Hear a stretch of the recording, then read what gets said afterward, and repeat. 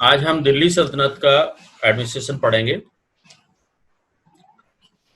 देखिए, दिल्ली सल्तनत का जो एडमिनिस्ट्रेशन था उसमें खास बात यह है कि एक इस्लामी राज था और इसमें एक ग्रंथ कुरान और एक आपका धर्म इस्लाम, ये आपकी पूरी तरीके से जो अवधारणा थी वो इस्लाम धर्म पर आधारित थी। और दिल्ली सल्तनत काल में भारत में एक नई प्रशासनिक व्यवस्था की शुरुआत हुई थी जो मुख्य रूप से अरबी और फारसी पद्धति पर आधारित थी।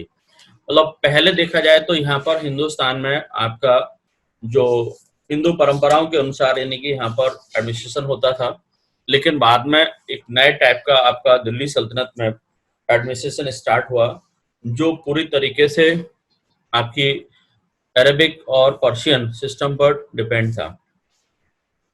सल्तनत काल में प्रशासनिक व्यवस्था पूर्ण रूप से इस्लाम धर्म पर आधारित थी और इस प्रशासन में आपकी उलेमा वर्ग की बहुत महत्वपूर्ण भूमिका होती थी। ये बार बार मैं आपको जिक्र करता रहा ना, उलेमा वर्ग, तो इसका इम्पोर्टेंट रोल था एडमिनिस्ट्रेशन में।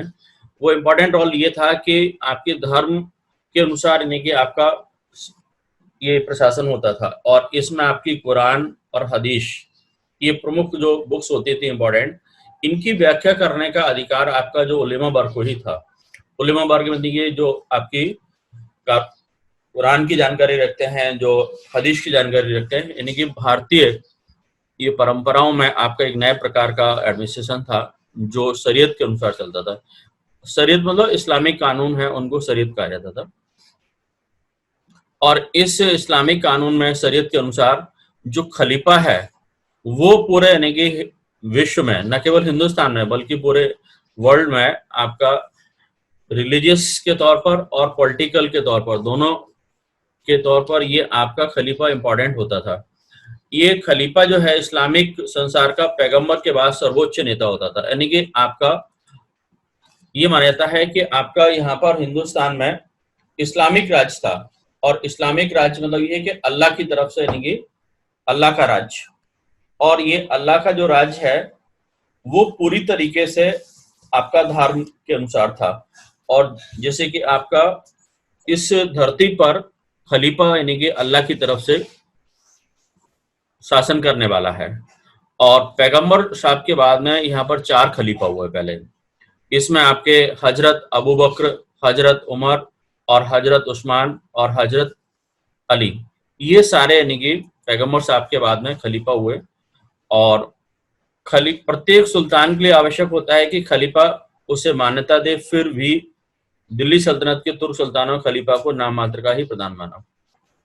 मतलब यह है कि दुनिया में जितने भी सुल्तान हैं जो शासन करते हैं वो सब खलीफा से परमिशन लेकर के अपने यहाँ शासन करते थे। लेकिन यहाँ पर बहुत कुछ ऐसे शासक भी हुए हैं जिन्होंने सुल्तान से, उन सुल्तानों ने खलीफा से अपने पद की स्वीकृति नहीं ली थी, बल्कि कई सुल्तान तो ऐसे हुए हैं जिन्होंने खलीफा को ही चैलेंज कर दिया और वो अपने आप को खुद को खलीफा कहने लगे थे।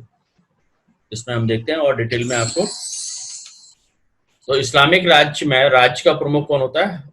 आपका खलीफा होता है। और इस खलीफा का जो धरती पर यानी कि विश्व के राज्यों का प्रमुख खलीफा होता है इस्लामिक राज्यों में। दिल्ली सल्तनत के सुल्तानों ने अधिकांश ने अपने आप को खलीफा का नायब कहा। नायब मतलब रिप्रेजेंटेटिव, प्रतिनिधि, है ना, कि खलीफा की तरफ से यानी कि वो दिल्ली सल्तनत में शासन कर रहे हैं। लेकिन इसमें आपके कुछ लोगों ने अपने आप को नायब नहीं माना, जैसे अलाउद्दीन खिलजी है, उसने स्वयं को खलीफा का नायब नहीं माना था। और आपका मोहम्मद तुगलक है, उसने शासन के प्रारंभ में खलीफा को चुनौती दी और यानी कि उसको मान्यता नहीं दी, लेकिन बाद में थोड़ा प्रेशर हुआ उलेमा वर्ग का, तो इसकी वजह से उसने बाद में मान्यता दी थी। और लेकिन कई ऐसे भी हुए हैं जिन्होंने अपने आप को खलीफा ही मान लिया, जैसे कुतुबुद्दीन मुबारक शाह खिलजी। हाँ, खलीफा से पहली वैधानिक तरीके से आपका जो अनुमति ली थी वो थे आपके इल्तुतमिश। कब ली थी? 1229 में, 1229 में बगदाद का जो खलीफा था उससे इल्तुतमिश ने वैधानिक तरीके से सुल्तान पद की अनुमति ली थी। और ये आपका फिरोज शाह तुगलक था, ये भारत का प्रथम सुल्तान था जिसने अपने सिक्कों पर खलीफा का नाम खुदवाया, अपने आप को यानी कि वो खलीफा का यानी कि नायब कहता था। और इसने इस बात को अपने जो सिक्के थे, कॉइन्स थे, उस पर भी यानी कि उसको प्रिंट करवाया था। हाँ, ये मुबारक शाह खिलजी दिल्ली सल्तनत का पहला सुल्तान था जिसने स्वयं को यानी कि खलीफा घोषित कर दिया था। Mubarak Shah Khilji was the only sultan of Delhi was declared himself khalifa. उसने खुद को अपने आप को खलीफा घोषित कर दिया था। तो ये हिंदुस्तान में खलीफाओं को किस तरह से मान्यता दी गई, किस सुल्तान ने खलीफा को कितना इंपॉर्टेंस दिया, इसके बारे में हमने देखा। अब हम देखते हैं आपका केंद्रीय प्रशासन, जो सेंट्रल एडमिनिस्ट्रेशन था। इसमें आपका अमीर वर्ग होता था एक, इसको हम खास तरीके से देखें, ये वो वर्ग था जो यानी कि शासक वर्ग था, यानी कि इंपॉर्टेंट पदों पर जिनको अपॉइंट किया जाता था, जो राजनीति में भाग लेते थे, उसको अमीर क्लास कहा जाता था। तो यहाँ पर सबसे पहले आपका दिल्ली सल्तनत में खलीफा होता था, और खलीफा के रिप्रेजेंटेटिव के तौर पर यानी कि सुल्तान यानी कि दिल्ली सल्तनत में काम करता था, कार्य करता था। सुल्तान को सहायता देने के लिए एक मंत्रिपरिषद होती थी, और इस मंत्रिपरिषद को आपका मजलिस ए खलवत कहा जाता था। मजलिस ए खलवत, ये आपकी काउंसिल ऑफ मिनिस्टर्स था।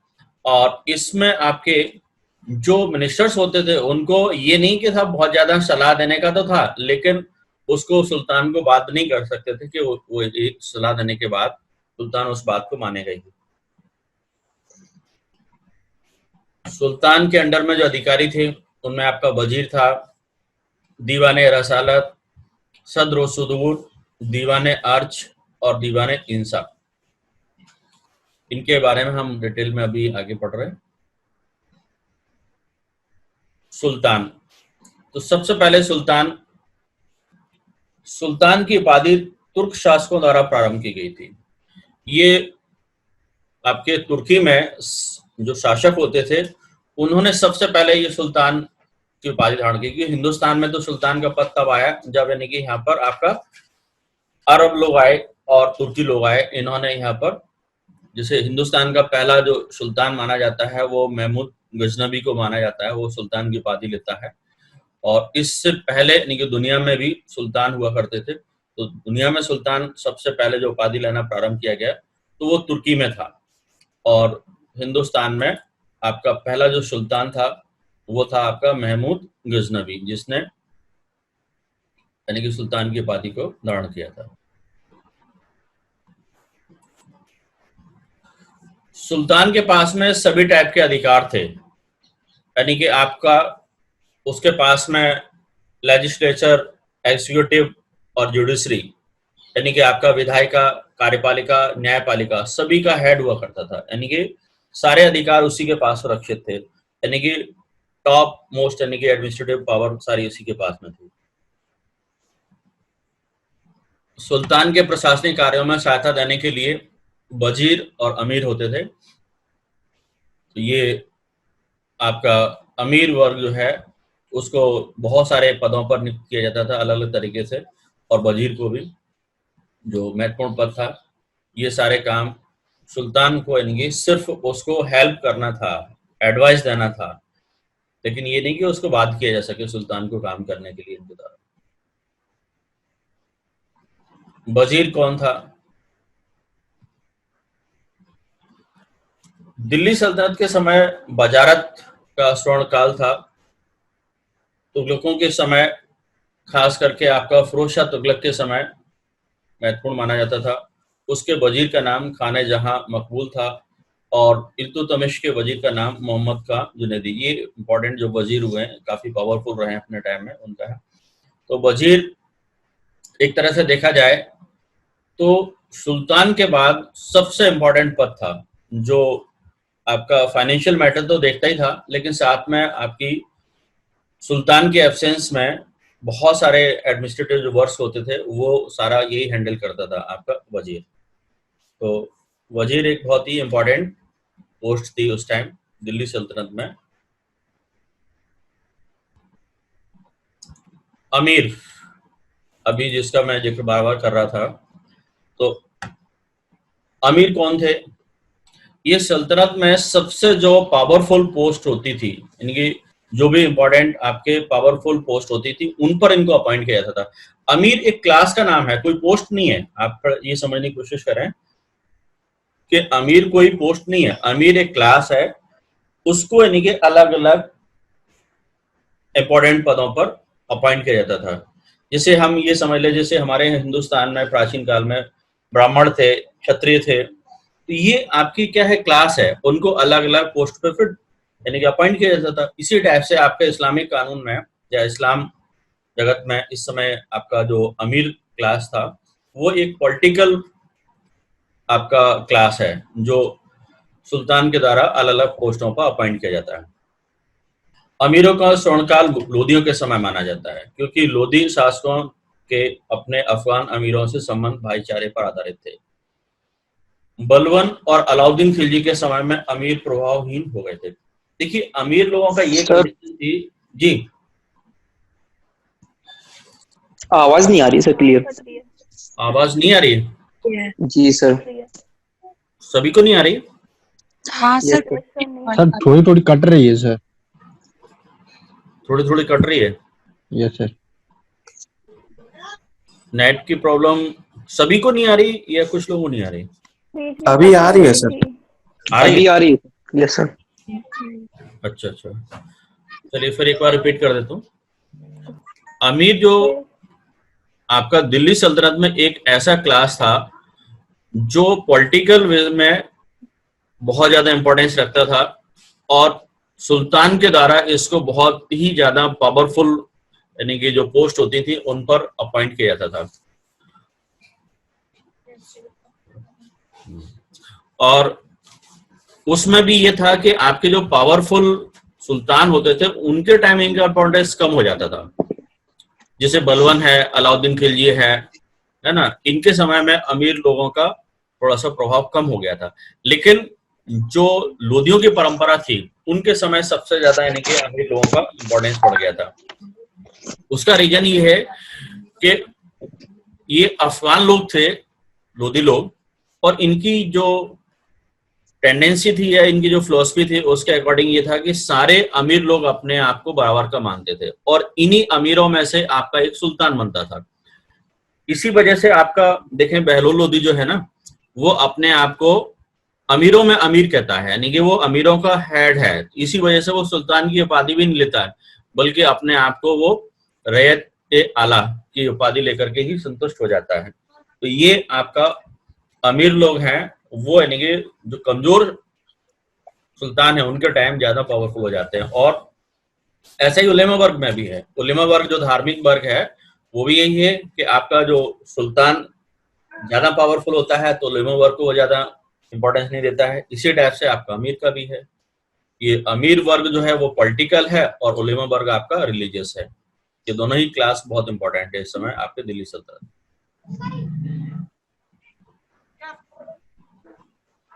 मंत्रिपरिषद, जिसको यानी कि आपका सुल्तान को प्रशासनिक कार्यों में सहायता देने के लिए मंत्रिपरिषद होती थी, जिसको मजलिस एक खलवत कहा जाता था।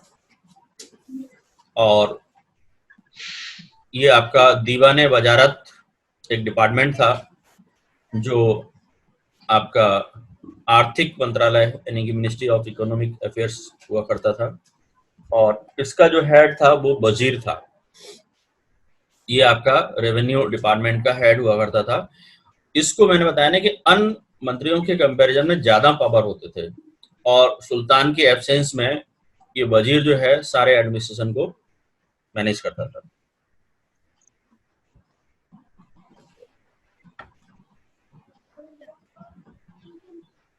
दीवाने अर्ज, ये दीवाने अर्ज भी बहुत इंपॉर्टेंट उस समय था, क्योंकि दिल्ली सल्तनत में आपका सेना प्रमुख होती थी, और सेना के माध्यम से ही वो अपने राज्य का विस्तार करते थे और राज्य को सुरक्षित रखते थे। तो ये आपका दीवाने अर्ज आपका मिलिट्री डिपार्टमेंट था उस टाइम, और इसकी शुरुआत है वो आपके मिलिट्री डिपार्टमेंट की बलवन के द्वारा की गई थी। और इस डिपार्टमेंट का जो हेड होता था उसको आरजे मुबालिक कहा जाता था। ये सैनिक विभाग आपका, जिसमें सेना के सैनिकों की भर्ती की जाती थी, उनको ट्रेनिंग दी जाती थी, उनका सैलरी वगैरह का मैनेजमेंट किया जाता था, ये सारे काम आपके दीवाने अर्च डिपार्टमेंट के द्वारा किए जाते थे। दीवाने रसालत,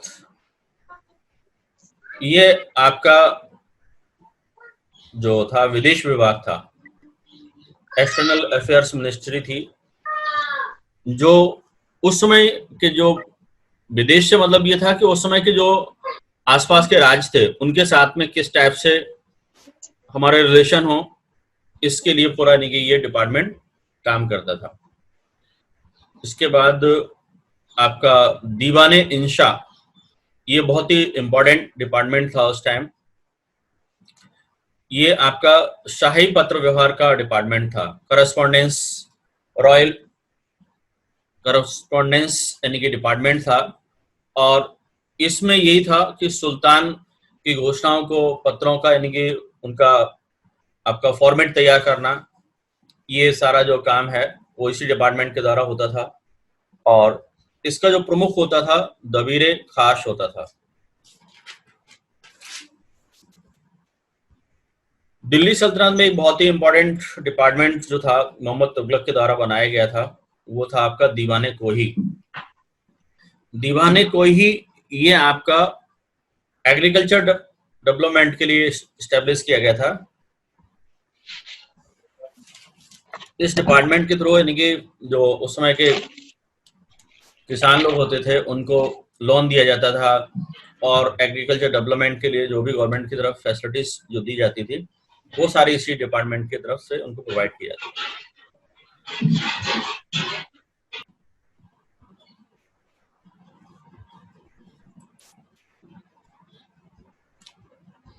दीवाने मुस्तखराज, ये दीवाने मुस्तखराज अलाउद्दीन खिलजी का टाइम में एस्टेब्लिश किया गया था। और इस डिपार्टमेंट का मुख्य रूप से काम जो था वो आपकी रिकवरी आउटस्टैंडिंग रेवेन्यू होती थी, उसको करना होता था।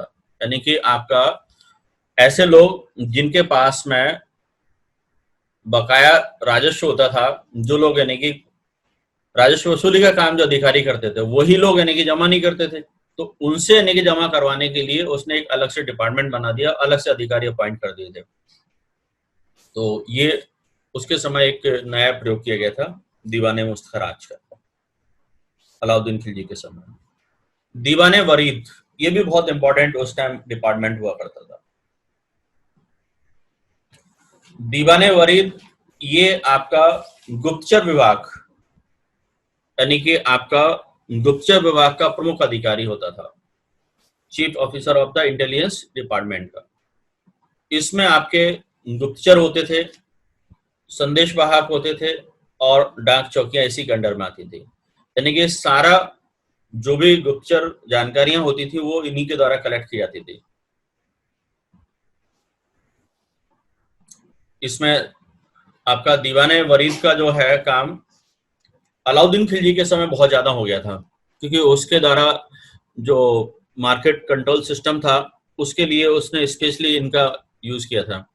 और आपका अलाउद्दीन खिलजी के अलावा आपका बलबन के समय भी इसका जो गुप्तचर विभाग था वो बहुत खास था। ये सारी सूचनाएं इन्हीं के द्वारा कलेक्ट की जाती थी। तो जब पावरफुल जितने भी सुल्तान हुए उन्होंने सभी ने अपने इस डिपार्टमेंट का यूज करके और अपने अधिकारियों पर अपने कंट्रोल करने के लिए इसका यूज किया था। अमीर ए हाजिब, ये अमीर ए हाजिब भी उस समय बहुत इंपॉर्टेंट आपका डिपार्टमेंट था। सुल्तान से मिलने वाले जो लोग आते थे ना, तो उनकी जांच पड़ताल करके तभी इनको सुल्तान से मिलने के लिए भेजा जाता था। और हाँ, इसमें एक खास बात यह है कि दरबार में जो प्रोटोकॉल है ना, तो इसको बहुत इनके इम्पोर्टेंट था कि दरबार का जो शिष्टाचार है उसका ध्यान रखे पूरा, सभी लोग किस तरीके से मिलेंगे सुल्तान से, इस बात के लिए ये जिम्मेदार अधिकारी होता था। नेक्स्ट आपका ये बहुत इंपॉर्टेंट डिपार्टमेंट था उस टाइम, काजी उल कुजात। ये आपका जस्टिस डिपार्टमेंट था, काजी उल कुजात। ये इस डिपार्टमेंट का आपका काजी उल कुजात का यानी कि जो प्रमुख होता था, प्रमुख न्यायाधीश काजी होता था, जिससे कि आपका मोहम्मद बिन तुगलक के समय मोहम्मद बिन तुगलक ने इब्न बतूता को दिल्ली का चीफ जस्टिस बना दिया था, आपका काजी उल कुजात के पद पर अपॉइंट किया था। तो मुफ्ती वगैरह के सहयोग से और उलेमा वर्ग के सहयोग से न्याय करता है। इस समय आपका एक बहुत इंपॉर्टेंट डिपार्टमेंट था अमीर आखूर। ये आपका हेड ऑफ द स्टेबल यानी कि जो अश्वशाला होती थी उसका प्रमुख होता था। और ये बहुत इंपॉर्टेंट डिपार्टमेंट इसलिए था क्योंकि सेना में उसमें घोड़ों का ज्यादा इंपॉर्टेंस था। तो इसमें बहुत ही खास जो सुल्तान का भरोसेमंद व्यक्ति होता था उसी को अपॉइंट किया जाता था। जैसे आपका रजिया को रखा गया था, रजिया बेगम ने अपने खास जो विश्वास पात्र व्यक्ति था मलिक याकूत, उसको इसी के पद पर रखा गया था। बलवन भी यानी कि इस पद पर रहा है। ये बहुत इंपॉर्टेंट पद था, इसमें काफी इंपॉर्टेंट लोग भी रहे। इसके बाद आपका दीवाने बंदगन। ये दीवाने बंदगन जो डिपार्टमेंट था ये फिरोज शाह तुगलक के समय में स्टार्ट हुआ था और ये स्लेव डिपार्टमेंट था। इसमें यानी कि जितने भी आपके गुलाम लोग होते थे उनके परिवार की सारी व्यवस्थाएं करने के लिए ये डिपार्टमेंट आपका फिरोज शाह तुगलक ने स्टार्ट किया था, क्योंकि उसके समय में बहुत बड़ी संख्या में इनके गुलाम इकट्ठे हुए थे। 1,80,000 गुलाम थे। इसने देश विदेश से कई जगह से इनके गुलामों को बुला करके रखा था। और इस विभाग के जो इम्पोर्टेंट लोग थे, जो पावरफुल लोग थे, उनको उसने काफी अच्छी पोस्टों पे भी अपॉइंट किया था। और लेकिन बाद में देखा जाए तो तुगलक काल के डिक्लाइन के लिए ये आपके जो स्लैब्स हैं काफी जिम्मेदार हैं, क्योंकि इनकी संख्या इतनी ज्यादा बढ़ गई थी कि वो फिर बाद में ज्यादातर यानी कि बड़े बड़े रिवोल्ट में भी भाग लेने लगे थे। इसके अलावा सल्तनत काल में और भी जो इम्पोर्टेंट डिपार्टमेंट्स हैं और ऑफिसर्स हैं उनके बारे में देखें। सद्र सुदूर, ये धर्म विभाग था और दान विभाग था, यानी कि ये आपका मुस्लिम धर्म में जो ऐसे लोग थे, गरीब लोग थे, उनको भी दान दिया जाता था। और आपके जैसे इमाम है, मुफ्ती है, मतलब जो स्कॉलर्स हैं, बड़े बड़े विद्वान लोग थे, उनको भी दान दिया जाता था। ये आपका पूरा एक रिलीजियस डिपार्टमेंट था और डोनेशन डिपार्टमेंट था।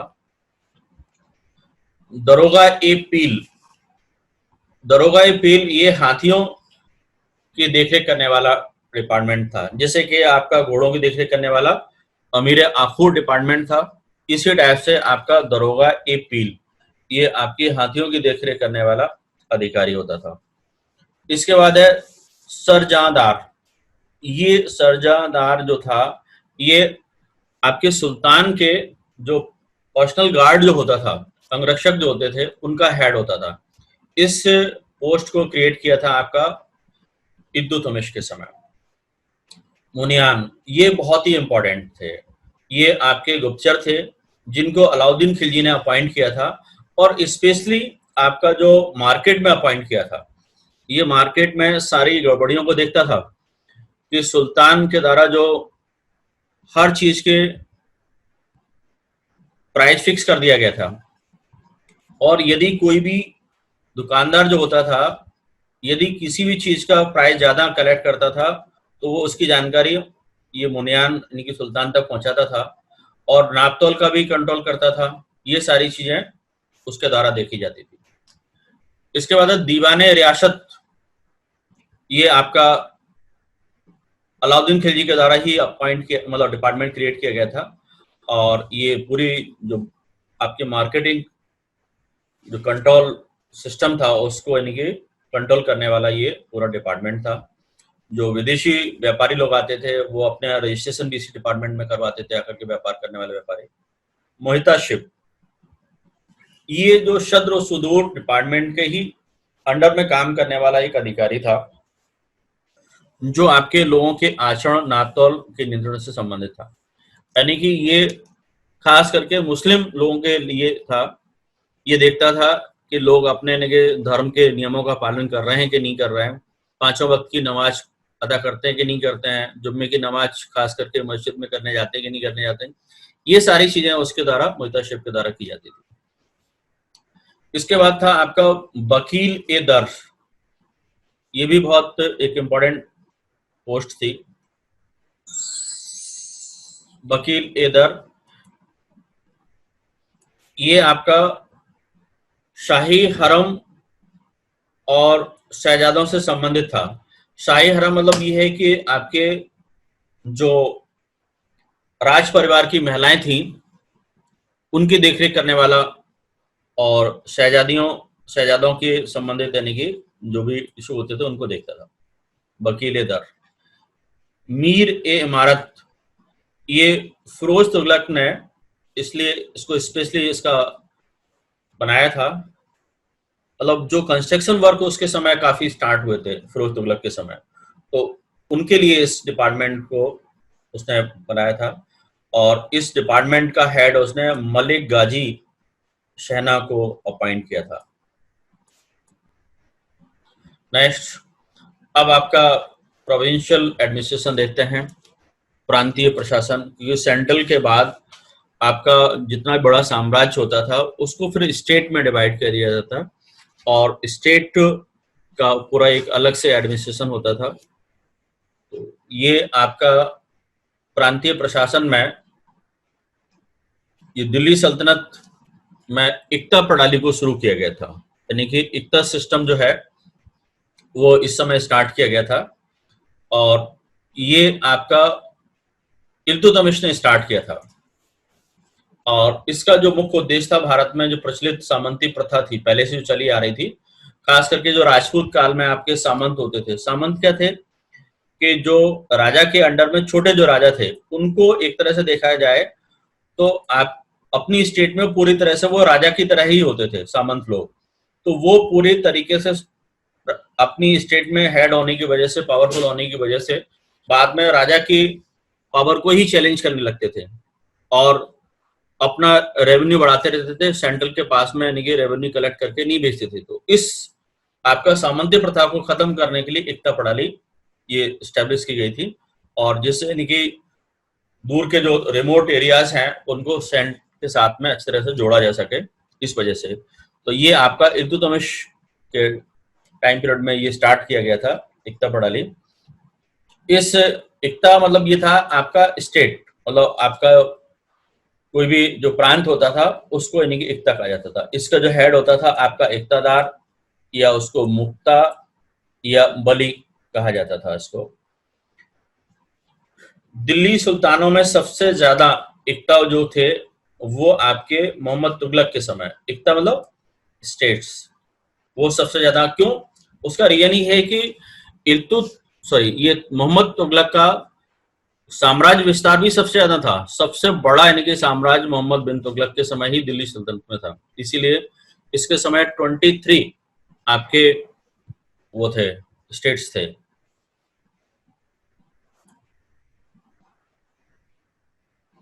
लोकल एडमिनिस्ट्रेशन देखते हैं। लोकल एडमिनिस्ट्रेशन में ये था कि एकताओं को भी जिलों में बांटा गया था। जिलों को उस समय आपका शिक कहा जाता था, और सबसे पहले आपका स्टेट होता था, फिर शिक होता था, और सिख को परगनों में बांटा जाता था, और परगना यानी कि गांव में होता था। तो आपके एक शहर या गांव के शासन की देखरेख करने के लिए अमीर ए सदा जो ऑफिसर था उसको अपॉइंट किया जाता था। और शिक का जो हेड होता था यानी कि जिले का जो होता था उसको सिकदार कहा जाता था। जिले का हेड सिकदार होता था। वित्तीय प्रशासन यानी कि फाइनेंशियल एडमिनिस्ट्रेशन, वित्तीय प्रशासन, ये सल्तनत कालीन वित्तीय व्यवस्था आपकी सुन्नी विधि जो थी, हनकी शाखा के सिद्धांत पर आधारित थी। दिल्ली सल्तनत में कुल 4 आपके टैक्स लिए जाते थे, जिनमें आपका जजिया ये आपका धार्मिक कर था जो गैर मुसलमानों से लिया जाता था, और गैर मुसलमानों से इसलिए लिया जाता था, उनसे कहा जाता था कि आपकी यानी कि हम सुरक्षा का कार्य करते हैं मुस्लिम लोग, इसलिए ये आपसे कर लिया जा रहा है। इसमें आपका हिंदू और सिख, ईसाई, जैन, बौद्ध सभी यानी कि जो मुसलमान नहीं थे उनसे लिया जाता था। ज़कात, ये आपका ये भी धार्मिक कर था, लेकिन ये मुसलमानों से लिया जाता था, और ऐसे मुसलमानों से लिया जाता था जो अमीर होते थे। अमीर मुसलमानों से लिया जाने वाला ये धार्मिक कर था, और ये उनकी कुल आय का 140 यानी कि 2.5% लिया जाता था। और इस टैक्स पर पूरा जो था काजी का अधिकार होता था, और ये जो अमीर मुसलमानों से लेकर के गरीब मुसलमानों पर खर्च किया जाता था। ये आपका ज़कात है। उसके बाद है खराज। ये आपका खराज जो था ये भू राजस्व था जो हिंदुओं की भूमि पर लगाया जाता था, और ये आपका कर के रूप में खराज उपज का 1/3 से लेकर के 1/2 भाग तक वसूल किया गया है। जैसे अलाउद्दीन खिलजी ने इसको बढ़ा करके आपका 1/2 कर दिया था खराज। और ये आपका हिंदुओं पर लगाया जाने वाला भू राजस्व कर था, और आपका जो मुसलमानों से लिया जाने वाला भू राजस्व कर पुष्ट था।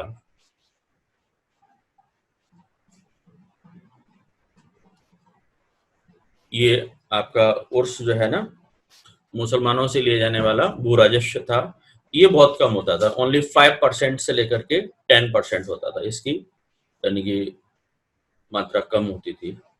और खम्स, ये आपका लूट में यानी कि हिस्सा होता था, यानी कि सैनिक लोग जहां आक्रमण करने जाते थे और उसमें जो लूट का पैसा लेकर के आते थे, ये कुरान के अनुसार 80% यानी कि सेना को मिलना चाहिए था, और 20% यानी कि राजा को मिलना चाहिए था। लेकिन उसमें अलाउद्दीन खिलजी ने इसको पलट दिया था, और 80% यानी कि स्वयं अपने पास रखने लगा था, और 20% ही सिर्फ सेना को उसने छोड़ा था। ये अलाउद्दीन खिलजी के समय में इस टाइप का उसने चेंज कर दिया था। ये आपके प्रमुख कर थे जो इस समय आपके दिल्ली सल्तनत में लिए जाते थे। ये खम्स लूट का धन था जो 4/5 सैनिकों में बांट दिया जाता था, 1/5 राजकोष में होता था। लेकिन अलाउद्दीन खिलजी के साथ साथ मोहम्मद तुगलक ने भी इसको चेंज करने की कोशिश की थी। और जमींदारों द्वारा लिया जाने वाला एक जो कर होता था हुकूक कहलाता था। ये स्पेशली जमींदारों के द्वारा किसानों से वसूल कर लिया जाता था। और इस समय दान में दी गई जो भूमि होती थी, मिल्क कहा जाता था, वक्फ कहा जाता था, इनाम कहा जाता था, और इस पर कोई टैक्स नहीं लगता था। ये आपका वक्फ यानी कि जो मुस्लिम लोगों के कल्याण के लिए दिया जाता था।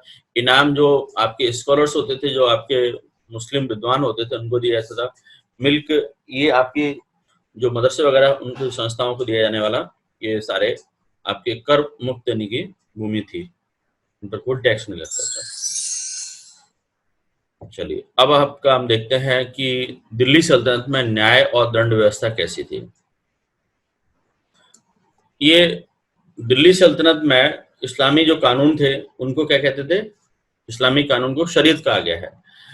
ये आपका मुस्लिम कानून की व्याख्या करने वाले जो विद्वान होते थे उनको मुजद्दिद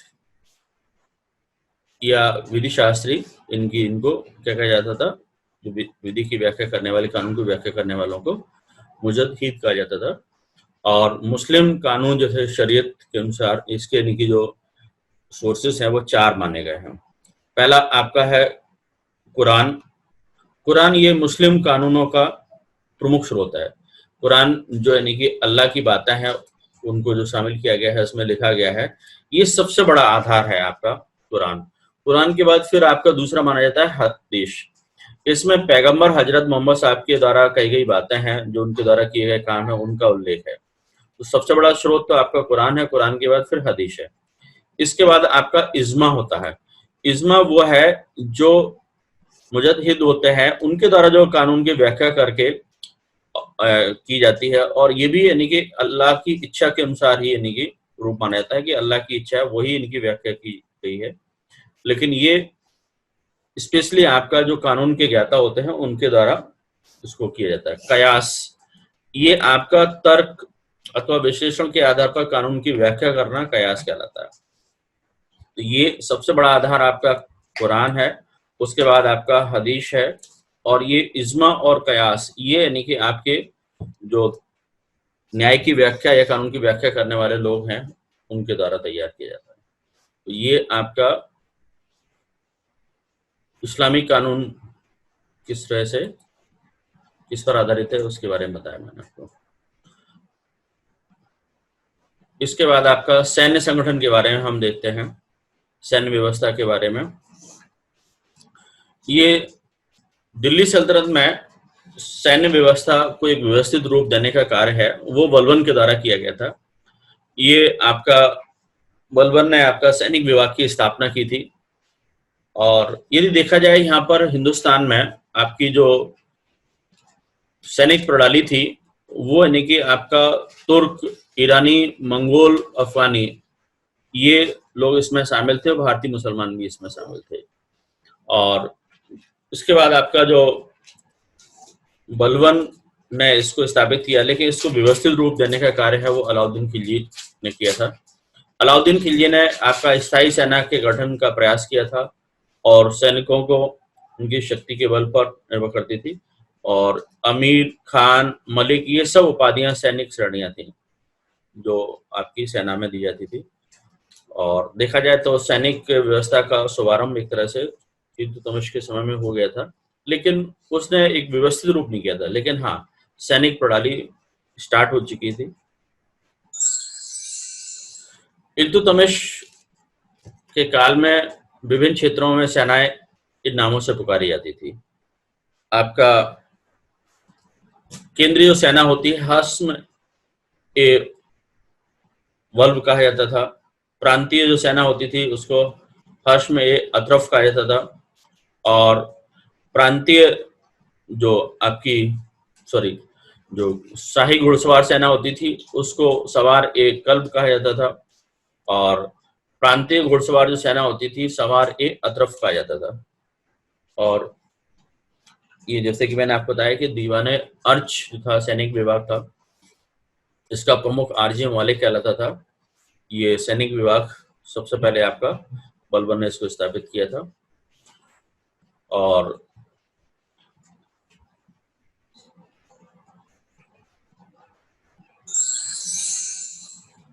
सल्तनत काल की जो सैन्य व्यवस्था का शुभारंभ यानी कि खिलजी युग से माना जाता है।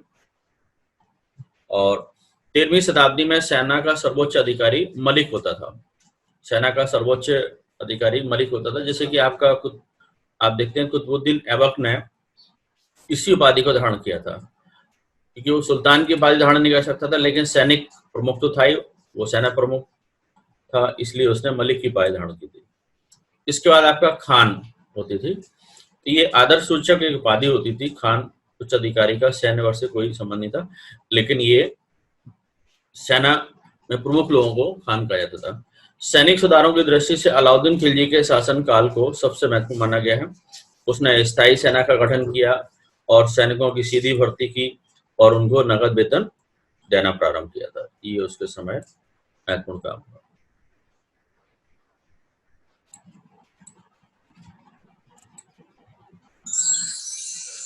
अब दिल्ली सल्तनत के सुल्तानों के द्वारा किए गए सुधारों में क्या क्या महत्वपूर्ण बात है वो हम देखते हैं। सबसे पहले आपका इल्तुतमिश के समय क्या काम हुआ।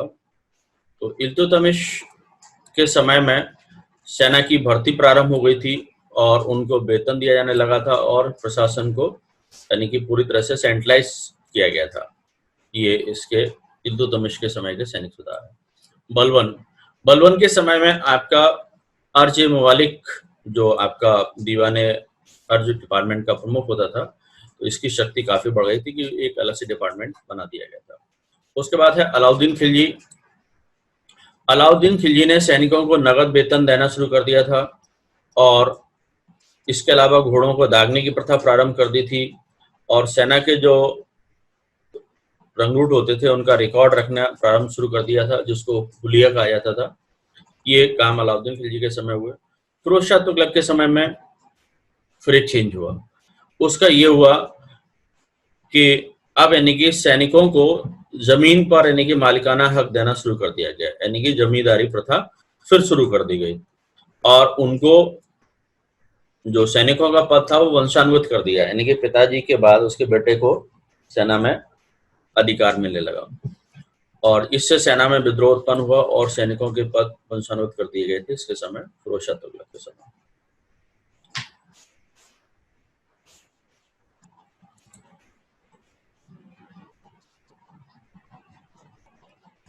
अब देखते हैं इकोनॉमिक डेवलपमेंट क्या हुआ आपका दिल्ली सल्तनत में। तो दिल्ली सल्तनत में आपका आर्थिक दृष्टि से काफी अच्छी स्थिति थी और यहाँ पर जो प्रमुख यानी कि स्रोत था वो आपका भू राजस्व था, एग्रीकल्चर के बेस पर आपका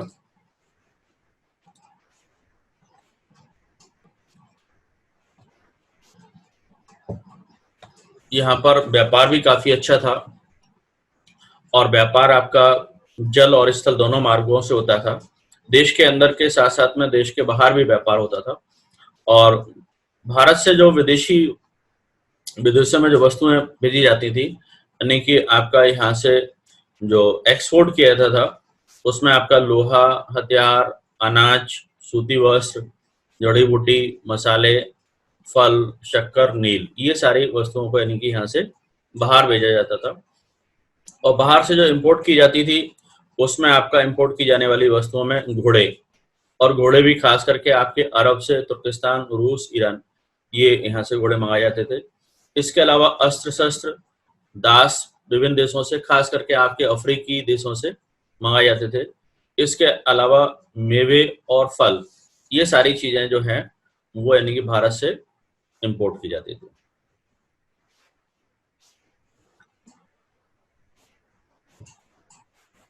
इस समय आपकी आर्थिक स्थिति काफी अच्छी थी।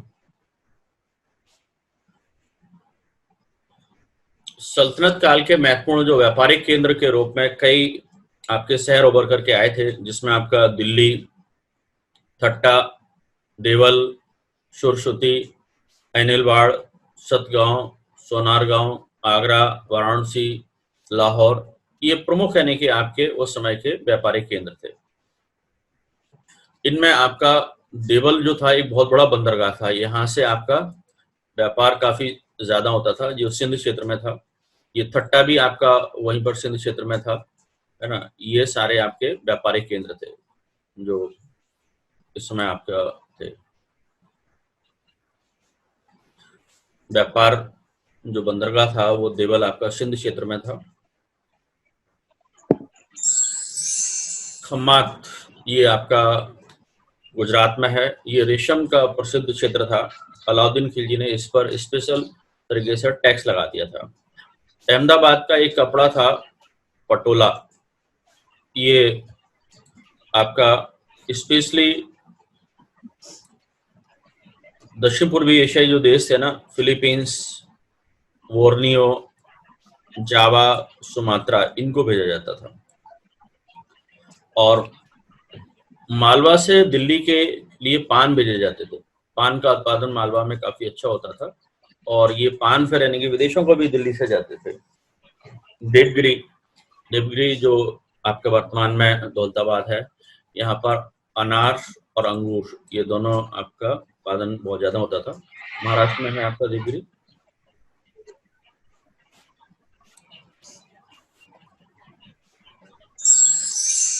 चावल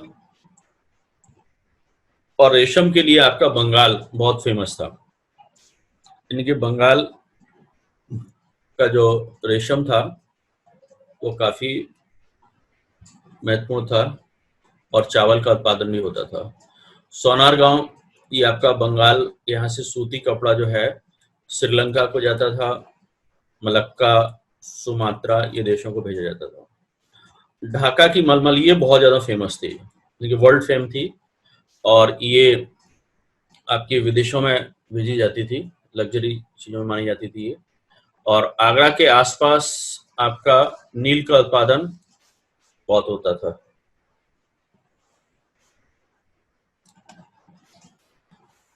अब दिल्ली सल्तनत की हम सामाजिक स्थिति के बारे में देखते हैं। दिल्ली की सामाजिक स्थिति के बारे में सबसे महत्वपूर्ण बात यह है कि यहाँ पर दो संस्कृतियों का मिलन हो रहा है, यानी कि आपका हिंदू और मुस्लिम दो संस्कृतियों का देखा जाए तो स्टार्टिंग में टकराव भी होता है और बाद में दोनों का मिलन होता है। एक नई संस्कृति का डेवलपमेंट होता है जिसको इंडो इस्लामिक कल्चर कहा जाता है। और फिर इस आपका दिल्ली सल्तनत में जो मुस्लिम समाज है वो यानी कि सत्ता वर्ग से जुड़ा हुआ है, इस वजह से वो यानी कि सर्वोच्च हो जाता है और हिंदुओं का कहीं ना कहीं एक तरह से डाउनफॉल स्टार्ट होता है। हिंदुओं में खास करके आपका जो राजपूत वर्ग है, ब्राह्मण वर्ग है, इनको दिक्कत आती है क्योंकि आपका जो शुद्ध जाति के लोग हैं उन्होंने बहुत बड़ी संख्या में अपना यानी कि हिंदू धर्म को छोड़ करके इस्लाम धर्म को अपना लिया था। इसकी वजह से वो कहीं ना कहीं सत्ता वर्ग से जुड़ गए थे। और सबसे बड़ी बात है कि आपका इस्लामिक यानी कि समाज में आपकी जो कई प्रथाएं थी वो धीमे धीमे हिंदू समाज में भी आ गई और आपका समाज में महिलाओं की स्थिति में गिरावट आई, चाहे वो आपका हिंदू समाज हो चाहे मुस्लिम समाज हो। महिलाओं में यानी कि कई उनकी कुरीतियां भी आ गई थी, जैसे कि आपका मुसलमानों में पर्दा प्रथा थी और आपकी बहु विवाह की प्रथा थी, तो ये आपकी हिंदुओं में भी प्रथा थी। यानी कि आपका देखा जाए तो धीमे धीमे हिंदुओं में महिलाओं को भी घर के चार दीवारी में रहना शुरू करवा दिया गया और उन पर कई प्रतिबंध लगा दिए गए। और इस समय समाज में आपकी दास प्रथा बहुत ज्यादा प्रचलित थी और इस दास प्रथा का कारण ये था कि बहुत सारे दिल्ली सल्तनत के सुल्तान थे, वो भी कहीं ना कहीं दास रहे थे प्रारंभ में, और उन्होंने देश विदेश से बहुत सारे दासों को बुला करके या मंगा करके अपने राज्य में उनको स्थापित भी किया था। खास करके आपके फिरोज शाह तुगलक के समय तो दासों की संख्या बहुत ज्यादा बढ़ गई थी और उसने तो एक अलग से उनके मैनेजमेंट के लिए डिपार्टमेंट ही बना दिया था।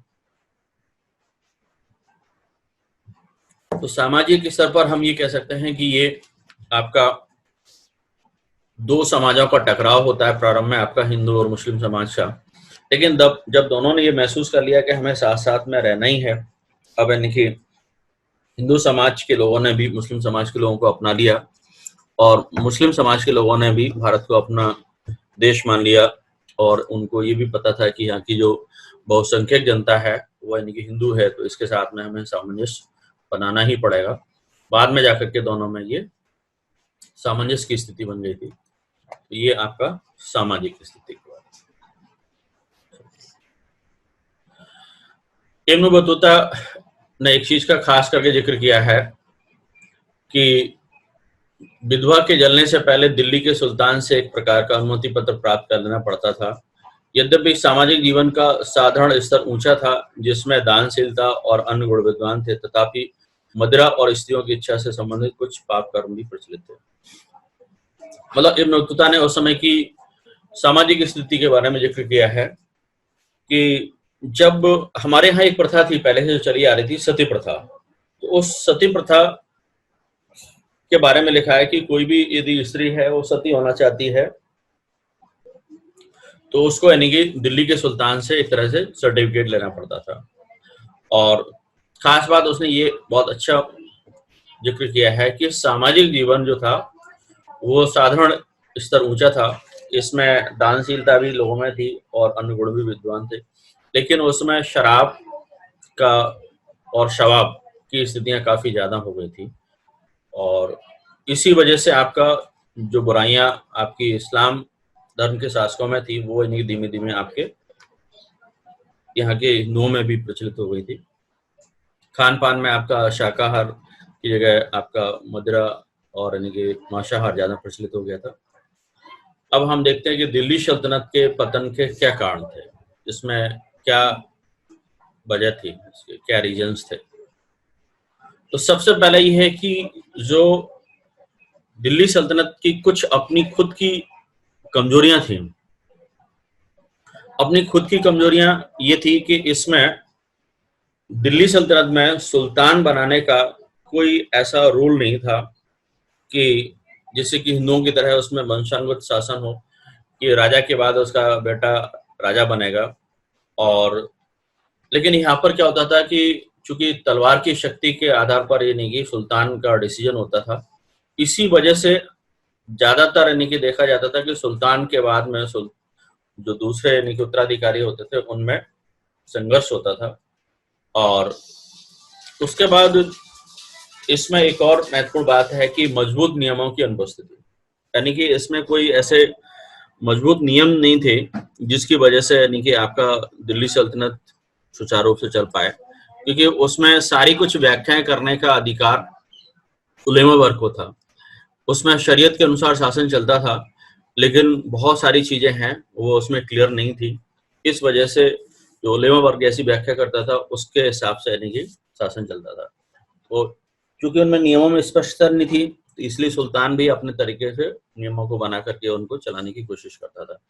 जैसे कि आपका अलाउद्दीन खिलजी था, तो उसने उलेमा वर्ग को बिल्कुल दरकिनार कर दिया था। आपका प्रारंभ में मोहम्मद बिन तुगलक ने भी उलेमा वर्ग को नेग्लेक्ट किया था। तो ये कहीं ना कहीं उसकी कमजोरी का एक कारण था। उसके बाद तैमूर का आक्रमण, ये देखा जाए तो तैमूर के आक्रमण के बाद यानी कि दिल्ली सल्तनत का पतन बहुत तेजी से हुआ था। तुगलक वंश में 1398 में जो अफगानिस्तान से आने वाला शासक था तैमूर, इसने भारत पर आक्रमण किया और उस समय भारत के बहुत बड़े क्षेत्र पर आक्रमण करने के बाद जब हिंदुस्तान से लौट करके गया तो बहुत सारी क्षेत्रीय शक्तियां थी, प्रांतीय राज से वो स्वतंत्र हो गए थे और धीमे धीमे यानी कि दिल्ली सल्तनत बहुत सिमट करके छोटा रह गया था और धीमे धीमे उसका पूरी तरह पतन ही हो गया। एक और खास बात थी दिल्ली सल्तनत के पतन में कारणों में अमीरों का विद्रोह, यानी कि आपका जो अमीर लोग थे जिनको सुल्तान के द्वारा बहुत महत्वपूर्ण पदों पर अपॉइंट किया जाता था। एक तो ये आपका पॉलिटिकल क्लास था जो आपके एडमिनिस्ट्रेशन में बहुत बड़ा रोल प्ले करता था, जिसको बहुत सारे अच्छी पोस्टों पर अपॉइंट किया जाता था और बहुत सारे प्रांतों का इनको राज्यपाल बनाया जाता था, सूबेदार बनाया जाता था और यही बाद में अपना पावर को बढ़ाते जाते थे और धीमे धीमे दिल्ली सल्तनत से अलग होकर के अपना स्वतंत्र राज्य स्थापित कर लेते थे। तो इसकी वजह से बहुत सारे जो प्रांत होते थे दिल्ली सल्तनत से अलग होकर के स्वतंत्र हो जाते थे और ये दिल्ली सल्तनत धीमे धीमे यानी कि बहुत सिमट कर गया, कमजोर पड़ गया था। और इसके बाद जब बाबर का आक्रमण हुआ तो बाबर ने दिल्ली सल्तनत के जो अंतिम सुल्तान थे इब्राहिम लोदी, उनको पानीपत के युद्ध में पराजित करके पूरी तरह से दिल्ली सल्तनत को ही समाप्त कर दिया और भारत में एक नए प्रकार की शासन व्यवस्था को शुरुआत कर दी थी और उसने भारत में मुगल साम्राज्य की स्थापना कर। ये आपके दिल्ली सल्तनत के पतन के कारण होगा।